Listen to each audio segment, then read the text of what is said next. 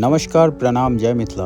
ये दृश्य बचपन के याद आबि गेल और मिथिलांचल में ई बड़े फेमस छै। हिनकर नाम हरेराम महतो छनि और ई राजेग्राम से छथि। ई चीज देखे काफ़ी टाइम भऽ गेल और धीरे धीरे विलुप्त भेल जाइए। ओहे साज, ओहे लकड़ी के डब्बा जेना बचपन में अहाँ देखे छलिए और बड़े सुंदर दृश्य आइ अचानक गली में आबि गेलै तो सोचलहुँ कि जे जरूर बर्फ़ के आनंद ली और साथ में जे छै से अहूँ सबके देखाबी कि बचपन में एक न एक बेर जरूर अहाँ सब खेने हैब छे।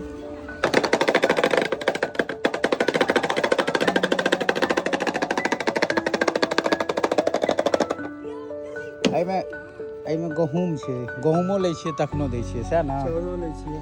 अच्छा, एहिमे चाउर लै छियै दालि लै छियै। आ एहिमे दालिओ, मतलब कि ई सब चीज लैत बर्फ देखाओ केहन यऽ अहाँके।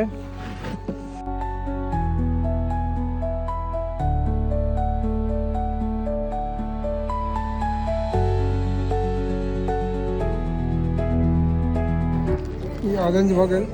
अच्छा, ई ऑरेंज भऽ गेल। क्या वेराइटी के रखने छियै? 2 वेराइटी। 2 वेराइटी के। ओके।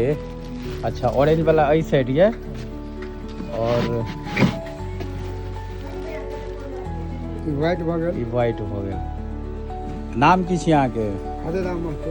हरेराम महतो। और गाँव? राजेग्राम।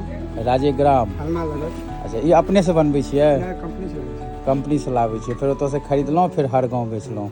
क्या साल से बेच रहल छियै? हमरा 4 साल भऽ गेल। 4 साल भऽ गेल। वाह, याद ताजा भऽ गेल बचपन के। ई तऽ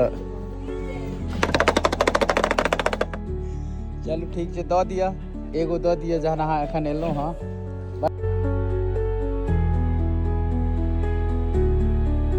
गेल कौन है गुलुआ? यह देखियो सबसे छोटकी बुचिया।